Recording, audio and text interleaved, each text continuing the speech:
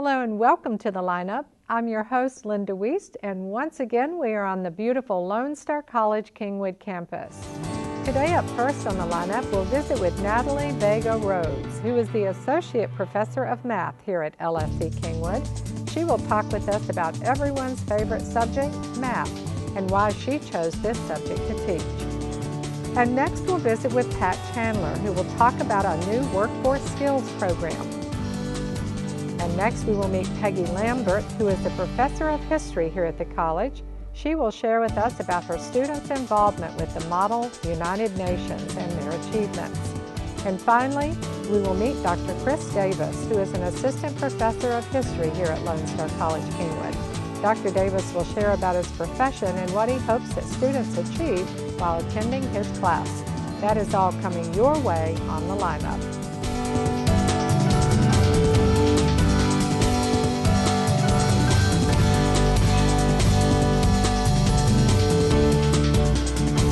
Welcome to the lineup, and I am excited to introduce to you my very first guest, who teaches one of my favorite subjects, math. Welcome Natalie Vega Rhodes, who is an Associate Professor of Math here at the college. You know, I say that somewhat jokingly because I must have had parents that gave me a bad taste for math because it's not my strongest subject, but I'm in awe and honored that you're here and that you teach math. What a great thing. Tell us, how did this all come about for you? Who influenced you to teach, first of all, and especially math? So thanks for the warm welcome. Actually, when I started college, I was a theater major. I never thought I was going to ever have to do math again. I got to college algebra, celebrating, my last class. But my college algebra professor asked me if I would work with her and be her supplemental instruction leader. We do have the program at the Kingwood campus, and it's been just a great benefit to my students now. But so I did the SI for her for one semester, and it was my very first semester, and I saw that I could help students in math, and so the rest is history. I just, when you see that light bulb moment, that's what's addicting. Professor Rhodes, where did you attend college to acquire your math skills? I started out at a community college, which is why I love the mission of the community college. I started at San Jac, got my associates in theater. And then I subsequently went to the University of Houston, the main campus, where I got my Bachelor's of Arts in Math. And then my Master's of Science I got at the University of Houston, Clear Lake. Why do you think so many people have an issue with math? And I say this as a generalization. I'm assuming that a lot of people do. Do you find that with your students? Yes. Okay. No one comes into their reading class and says, I can't read, and it's a badge of honor for them. But what I find is that it starts out when, people are very small, generally, what happens. They go home and they ask their parents, hey, can you help me with my math homework? And the first reaction is, oh, no, I don't know how to do that.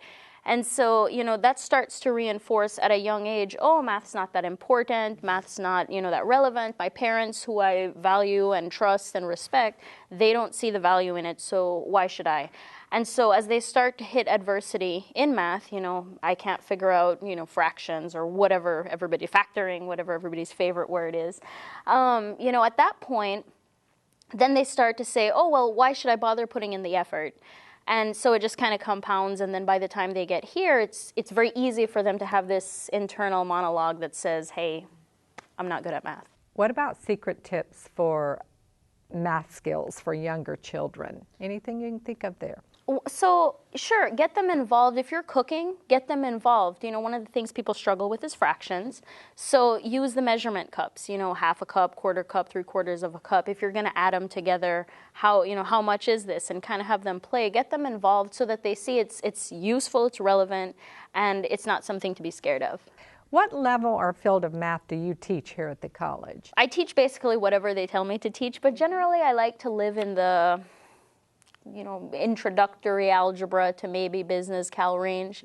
This semester I'm also teaching trade. When you, what developed your good skills or your math skills when you were in college? You said earlier that you were going to be in theater and decided to go to math. I actually have my associates in theater. Do you really? I do. But so, one of the things, it was huge with SI, but one of the things I tell my students all the time is we don't wake up one day and decide to run a marathon, right? We have to train, we have a plan, and it's the same thing with math. It's the same thing with any skill.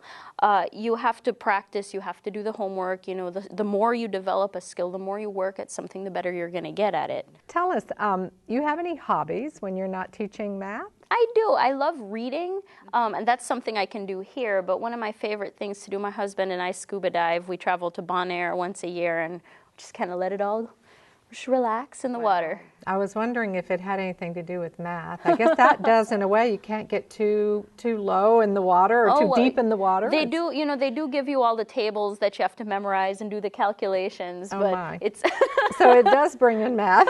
Just a little bit. Tell us, what do you think you can bring to the classroom to ensure success of students, especially those that are so afraid of math? One of the things that I think is really important, I work really hard in the beginning parts of the semester, is to get students to come to class, do the work honestly, and ask questions when they're confused. I tell them those are the only 3 things that you need to do in order to pass my class. And so for me, it's important that whatever level they're at, whatever level of anxiety they come in, that they understand it's okay to have math anxiety. I still have math anxiety to this day, but I use it to drive me forward, not to freeze me. And so for me, it's important for them to understand, to use that to their benefit, and that it's okay to ask questions, that it's okay to get help. We don't do math in a vacuum. And so that's what I spend a lot of my first few weeks doing, is building that community with them. Once I've got the first few weeks set and the tone of the class where they see it's okay to ask questions, they see it's okay to get help, and they see the importance of doing the work, then generally the rest of the semester is more smooth. Well, I think the audience can obviously tell that you are very warm and receptive yourself, and also comforting to know that you would be helpful with math and in your classroom. So we thank you so much for coming today. We better let you get to class. Speaking of class, and we'll have you back again. Sounds great. Thank you. Oh, you're so welcome. Thank you. Don't you go away. We'll be right back to meet someone here at the college, as well as Montgomery College, who has several programs within the Lone Star College system. We'll be right back to meet her.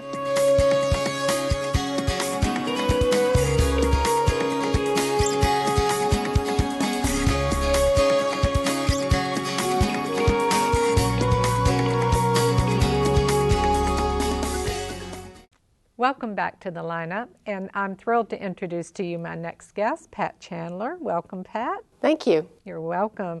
And you have a title that involves a lot, but program manager is what we're going to give you this morning. Perfect. And we're going to talk about a very important program that's offered, the Skills for Small Business program. Right. Tell us how that works. What does that mean? Well, it's provided by the state of Texas, and it provides funding for dollars for training for area small businesses. This is money that goes directly to the college, and it will provide training dollars for these small businesses in our area. And a definition for small business. A small business is any business that has less than 100 employees. So how much funding would you say is provided per employee if someone were interested in this program? It's a great amount, $900 for one employee, that the incumbent employees will get $900. An incumbent is identified as anyone who was hired beyond 12 months of the date of the application. And it's $1,800 for a new employee for that period. Okay, and part-time employees, are they covered? Now, part-time are not covered. They have to be regular full-time employees of companies. Okay, and small nonprofits, are they covered? Now, nonprofits are not covered, and also that would include child care entities that are for-profit, actually, because they do receive funding from the state of Texas. So if it's a child care company or a nonprofit, unfortunately, they are not covered under this program. How often can an employee apply for funding? Every 12 months. So a lot of small companies use this for their training budget. You know, every 12 months they can get this training, get the money, and so they have an employee go through training for a certain 12-month period, and then when that's over with, they can apply for it for the next 12 months. It's wonderful. And That leads me into the next question. Do the companies have to pay for the training that takes place, and are they reimbursed? Well, what happens is this. The employees fill out the application, and of course I help them fill it out. And then the state actually pays the college for the training. And then the company employees partake in the training. So this is great because the companies don't have to pay for the training and wait to be reimbursed. Okay. And also, if the company's employees do not pass the training, they're still covered. The state understands that sometimes employees start training and don't finish it.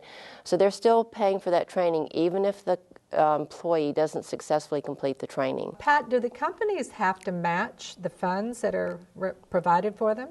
That's pretty common with grants of this nature, but they actually do not. There are no matching funds involved with this program. Applications, are they difficult to complete, or? They're really not. They're very easy to complete. I've handled a lot of grant programs here at Lone Star College, and this is a very user-friendly form. I help the employees, the company representatives, complete the forms, and it doesn't take long, and it's really a very user-friendly plan. And do businesses participate in what about the prevailing wage? Right. This is one requirement of the program. They do give us a listing of the prevailing hourly wages of all employee titles in the Texas Gulf Coast. So the employees that get the training do have to be making a reasonable hourly wage. You can't have somebody making $4 an hour. For a position that would likely pay $8 an hour in the Texas Gulf Coast region. And I do supply the companies with this prevailing wage listing, and I haven't had any problems with employees not making that hourly wage. Any books included? No, actually books are not included. It is the cost of tuition, and books and materials are not included in the program. That is the responsibility of the company to provide that for the employees. What about a minimum number of employees a business can have participate? There is actually no minimum or maximum. You might have one employee participate or all employees participate. They just have to be providing the training or participating in the training that will increase the effectiveness of the company. And give us examples or types of courses that are offered or covered. Right. They need to be taking classes that will, as I said, help them in their jobs. So let's say you have a window washing company and they want to train their employees. And you have an employee that wants to work toward his or her associate's degree. And of course, in that associate's degree, you might have biology or chemistry. Now, those classes that that employee will be taking will not increase his or her effectiveness in a window washing company. Mm-hmm. So it has to be courses that will increase the effectiveness. And now, as I just mentioned, credit classes are covered. And you have a lot of companies that have employees that might want to work toward their associate's degrees. Right. And those are covered in addition to continuing education classes. Okay. And that was my next question. Are both CE and credit classes covered? Right, both CE and credit classes are covered in the program. Okay. Very good. Anything else that you can think of? They're about to wrap us up, but anything else you can think of we might not have covered? I think we've covered most of it, Linda. I really appreciate this time, and I hope the companies will call me.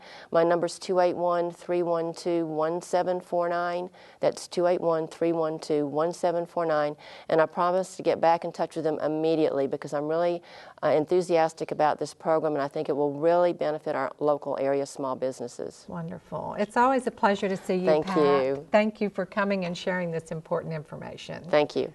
We'll be right back on the lineup to introduce you to a history professor, and she'll tell us about her students' involvement with the National Model United Nations. Don't go away.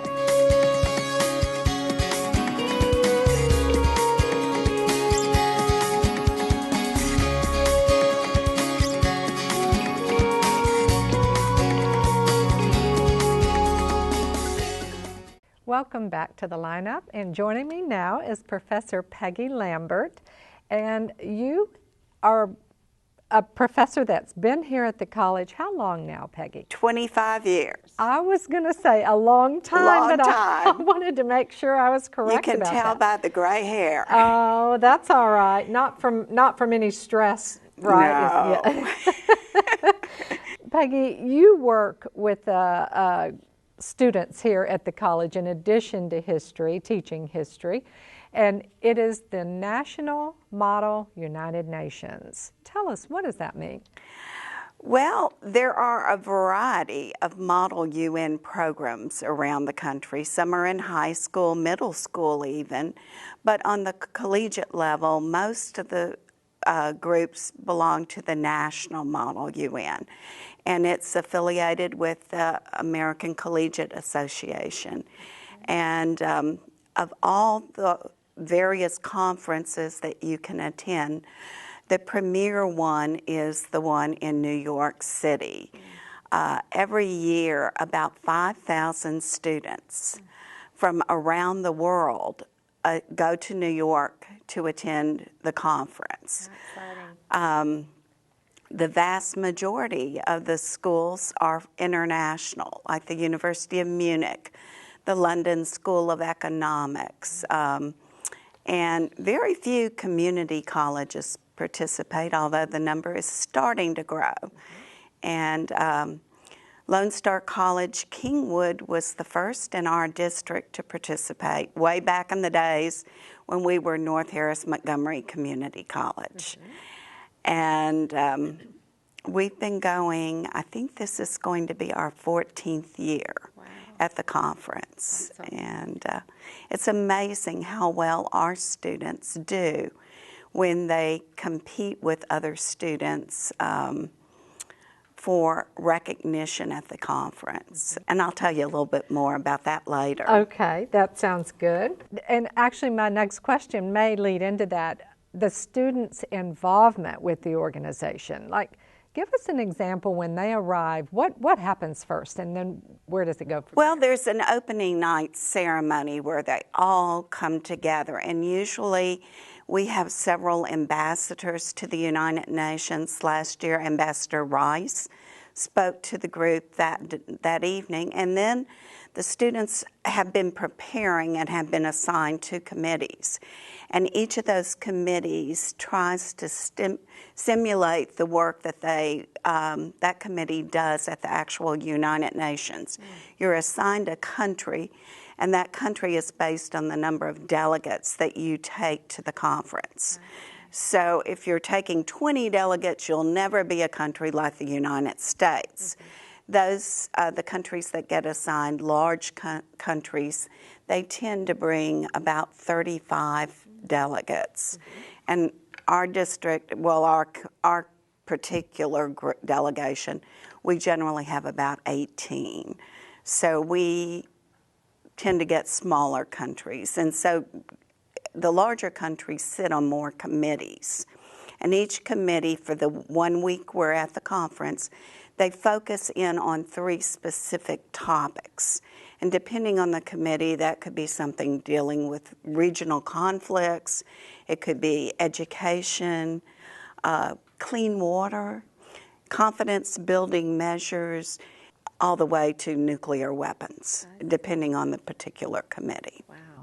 So when they're assigned another country because they don't quite have enough delegates, they're learning all about that country. All about that country. Last year, we were Equatorial Guinea, which, to be honest, I knew very little about. It's the smallest country in Africa, but it is one that is becoming increasingly important because it's deriving a lot of oil revenues. So our students had to learn about the problems that Equatorial Guinea faces and its positions on all of these issues that are being covered within the assigned committees.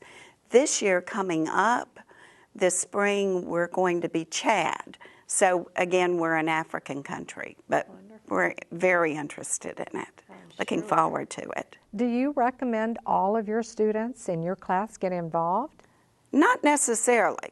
It takes it's a tremendous opportunity for the students, but the students need to be high caliber students. They have to be able to think critically, to articulate positions, to write position papers. They have to be well varied, I think, and they have to have the time to commit to it because these students work very hard. They meet as a group with the delegation every week for at least 4 hours. And this year we've started having a spring class where they're in class also for 3 hours. So it is a tremendous time commitment. But it is so rewarding and so beneficial.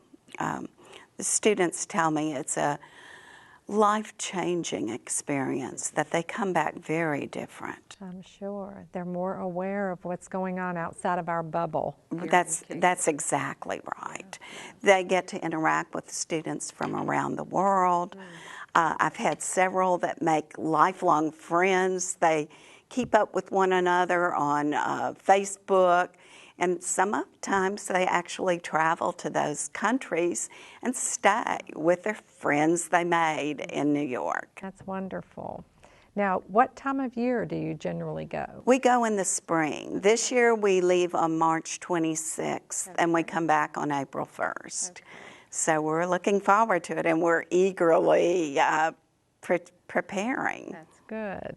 And you have students from other classes, other professors, students definitely. That go along, not just yours? Oh, no. Okay. It's definitely not just mine. I ask for recommendations from faculty members of students that they think would thrive in this program. And so we kind of handpick our students for it, because they're representing our college and our district. And so I'm looking for a specific type of student. They're wrapping us up, but I was just going to ask you, were you involved in college yourself in anything like this? No, I wasn't. Not Model UN, although my undergraduate major was international relations.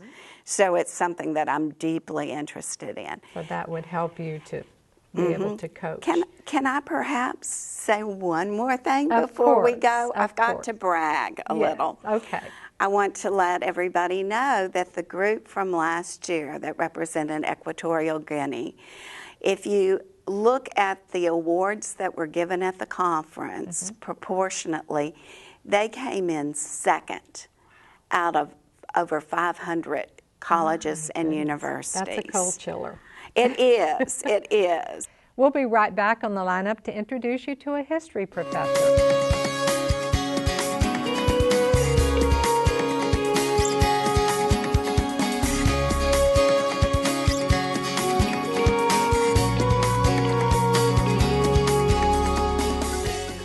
Welcome back to the lineup, and I'm here with my last guest today on the show, Chris Davis, who is a history professor here at Lone Star College-Kingwood.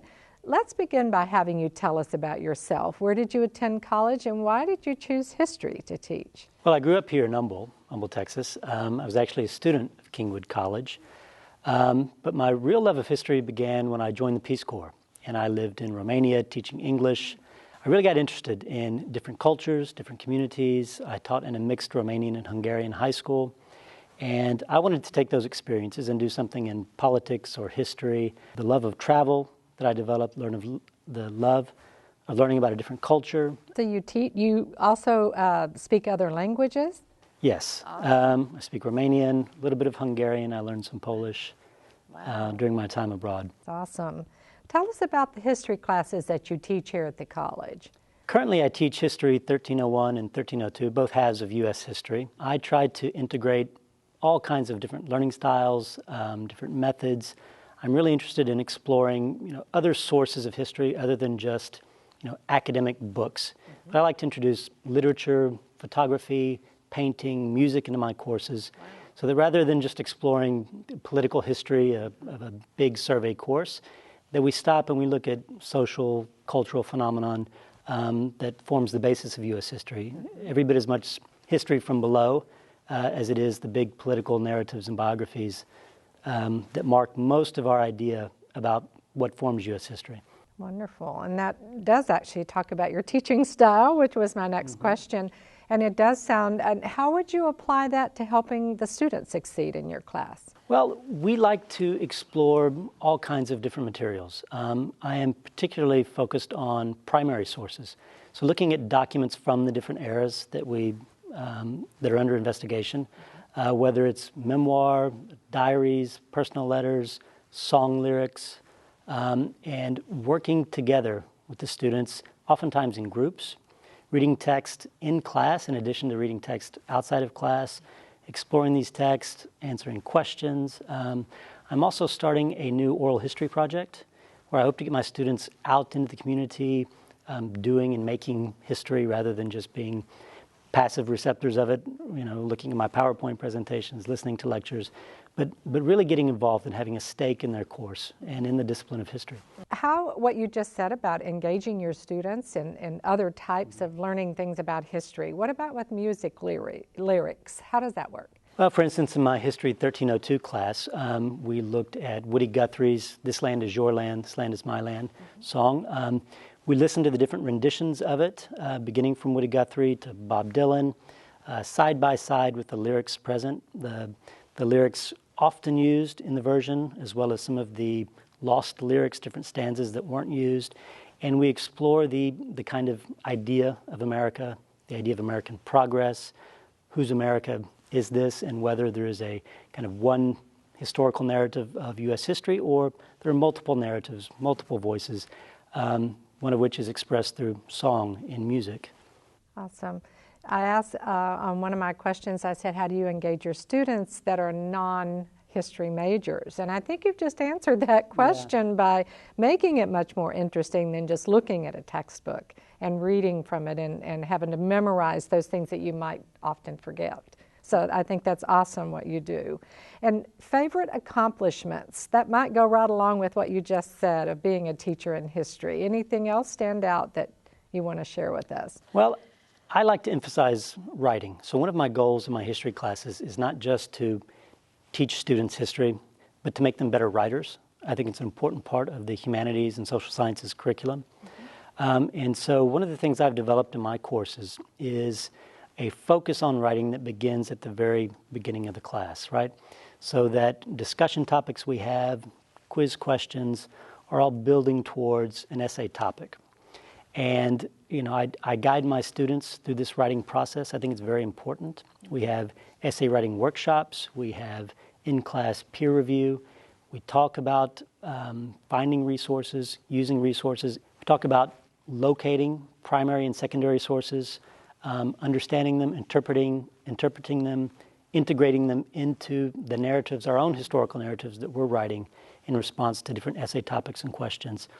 So it's a process that's part of the history curriculum, part of the history course that I think is very important, so that when my students finish my class, I hope that they have a great piece of academic writing, a model that they can draw on and use in many of their other classes. I think they will. It sounds like. And if I were a student in your class, what would you say would be the best way for me to study? The main thing is to come to class, participate in the discussions. And in my classes, I'm not expecting my students to regurgitate factual information, to be able to learn from rote memory, lots of multiple choice questions. I'm more interested that students are examining different problems in different ways. And whether then at the end of the course, whether it's through an exam or a paper or even a one-on-one discussion, that they can take those skills that they've learned in analyzing different problems, different events in U.S. history, and to be able to use those skills critically, creatively, to solve, engage with other problems that might not even be related to U.S. history. Resources that are available that you would recommend students use? Again, I'm big on film, cinema, so history and film and history is a great resource. There are a number of podcasts that I try to introduce my students to. So listening to other historians talk about the craft, talk about these stories that we tell ourselves in U.S. history and world history. Even fun podcasts like the Thomas Jefferson Hour, where a noted historian takes on the persona of Thomas Jefferson and talks about a range of topics from that era. I think that's a great resource for history students. Again, not just the standard textbook in a survey course, but looking at how different and innovative historians have brought their craft, brought this discipline to the wider public to make it more engaging. Very good. It's been great meeting you as well as having you as a guest on our show today. You're a terrific professor, I can tell. Thanks very much. I'm happy to be here. Thank you. Well, we are out of time on the lineup, and I would like to thank Dr. Davis as well as all my other guests today on the show. If you need more information about any of the subjects we've covered, you can visit our website at lonestar.edu/Kingwood, or by phoning 281-312-1600. Thanks again for joining us on the lineup. I'm Linda Woehst.